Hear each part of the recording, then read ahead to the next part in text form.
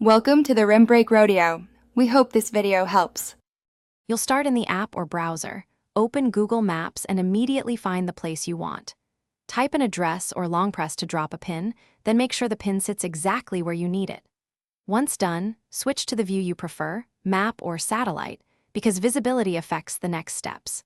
This first action places a reference point so Google can show location details. Doing it precisely saves time and avoids confusion when you request elevation data. Now open the place details by tapping the name or the pin and swipe the info card up on mobile or click it on desktop. You'll see coordinates and other data. Make sure to check under those coordinates for an elevation reading. If elevation isn't visible, enable Terrain View from the Layers menu. This reveals topographic contours and often displays elevation for the selected point.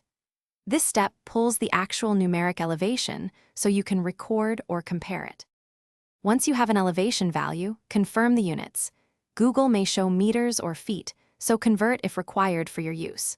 Record the number and cross-check using Terrain mode or by right-clicking and selecting What's Here on desktop to prompt a secondary reading.